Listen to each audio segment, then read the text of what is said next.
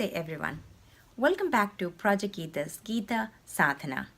I'm very happy to see you all back today, ready to learn about part 2 of yogic breathing. We were talking about pranayama and currently are in the topic of yogic breathing. Since prana, the vital energy or life force, is not just the oxygen we breathe, the pranayama is not just breath control.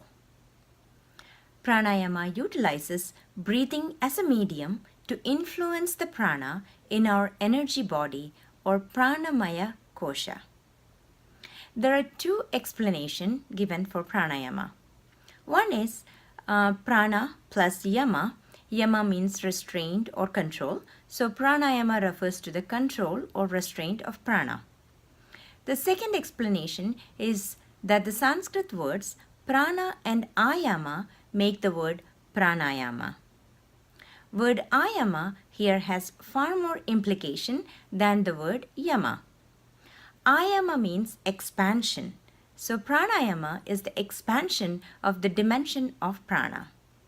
So the techniques of pranayama provides a method whereby the life force can be activated and regulated in order to go beyond one's normal boundaries and attain a higher state of vibratory energy. Now, physics consider life as energy, right?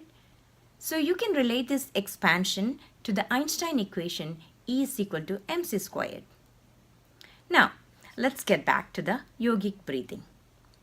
We learned part 1 of yogic breathing, which was diaphragmatic breathing or abdominal breathing, last couple of weeks.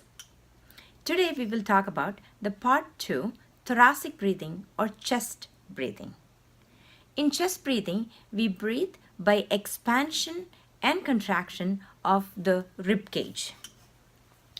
Well, ribs cannot expand, so it is achieved by the expansion and relaxation of a set of muscles that are attached to the ribs. Chest breathing alone is less efficient, but it is required during increased physical activity when greater volume of air is needed. Chest breathing itself is less effective than abdominal breathing because it brings bulk of oxygen to the middle lobes of lungs, which are poorly supplied with blood. In comparison with abdominal breathing, more muscular effort is required to perform chest breathing for the same quantity of air. Chest breathing is often associated with situations of mental stress and tension, as it is functioning to assist the lungs to gain more oxygen in a stressful situation. However, the tendency to continue this kind of breathing often remains long after the stressful situation has disappeared, which creates bad breathing habits. Since chest breathing fills air only in the middle lobes of the lungs, pure thoracic breathers need occasional deep breathing to fill the lungs from top to bottom. In full yogic breathing, while inhaling, the lower lobes of the lungs are filled with air using abdominal breathing. By extending the diaphragm downward into the abdominal cavity and pushing the abdominal muscles outward. This is followed by chest breathing, which fills the middle lobes of the lungs and creates an outward and upward movement of the ribcage. The inhalation is completed with shoulder breathing, which fills the upper lobes of the lungs, using the accessory muscles in the neck and shoulder girdle to further lift the ribcage.